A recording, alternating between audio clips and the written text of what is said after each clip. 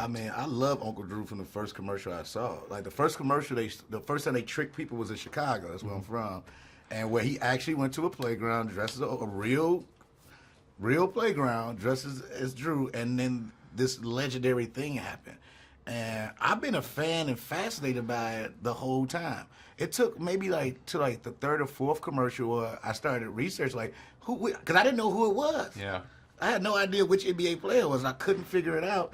And because Nate was in the earlier commercials also actually. Oh, he was. And he was, yeah. Oh, no way. And I didn't know it was Nate at first. Oh, that's funny. That's crazy. So yeah, it's once you research, because he started adding on older people as he went on with the commercials. But yeah, Nate, and thought that was, which is great that Nate is in the movie actually. Yeah, and I similarly had seen it. I remember coming and I was like, this is funny. Who is I was kind of like, who is this? And then kept following it, and then they came to me with the idea for the movie, and that Rel was attached to star, and it just felt like, oh, this should be a lot of fun.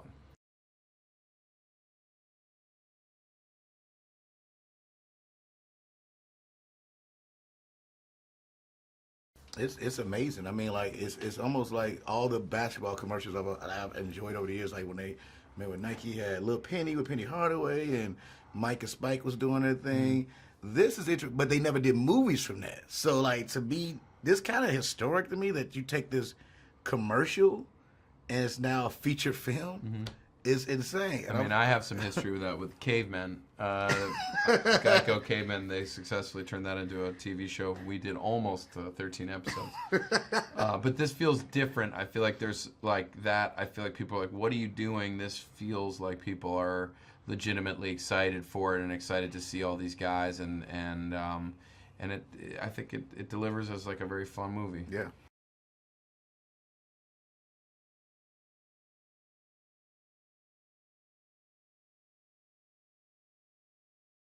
It was very fun. I mean, look, you got these basketball legends, and watching them act, watching them play real basketball in person was surreal. I was joking with him, like Aaron Gordon played on his team, and at some point I almost forgot I was shooting a movie, and Aaron Gordon did some type of windmill, and I'm like cheering for him. Like, oh, what are you doing? Like, I mean, he's supposed to still be a character, man. It's crazy. There's a moment where I tried to play defense against Kyrie, and it's so fun. I mean, I was like, I have a feeling I know how this is going to end, but in the meantime, it was so fun. Like, I was like, when am I going to get a chance to go up against the dude with the best handle in the game?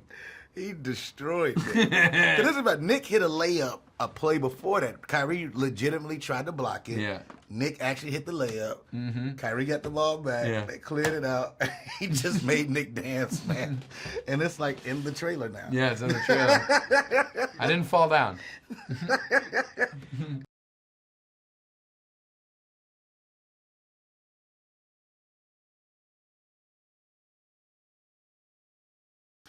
So by Drew ended up gaining, like Dax ended up trusting Uncle Drew at some point. I think once, going through this road trip, I think the first time, when I needed some money and they all pitched in to make sure I was good for whatever reason. I mean, not trying to tell spoilers, but, and this, I thought that was interesting too, when you see trust build up.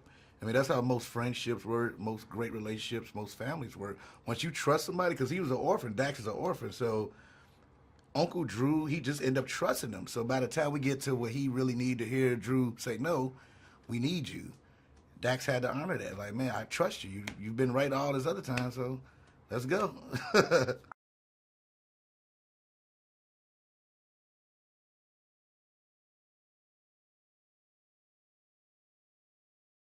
I think the characters of Mookie and Dax are kind of intertwined for their whole lives. And when they're kids, Mookie blocks a shot of Dax's in a big tournament when they're both like 13, and their lives went sort of in different directions because of that. And cut to many years later, and Mookie is still focusing on Dax as his like number one kind of arch rival, because I think it fuels him, and he just needs that person. In Mookie's mind, they're like Bird and Magic. They need the other one to compete. And I think we all have those people who are our markers of who's doing well. Are they doing better than me? Am I winning now? And I think it fuels us. And so that I try to use that element to give me some inspiration for the roles.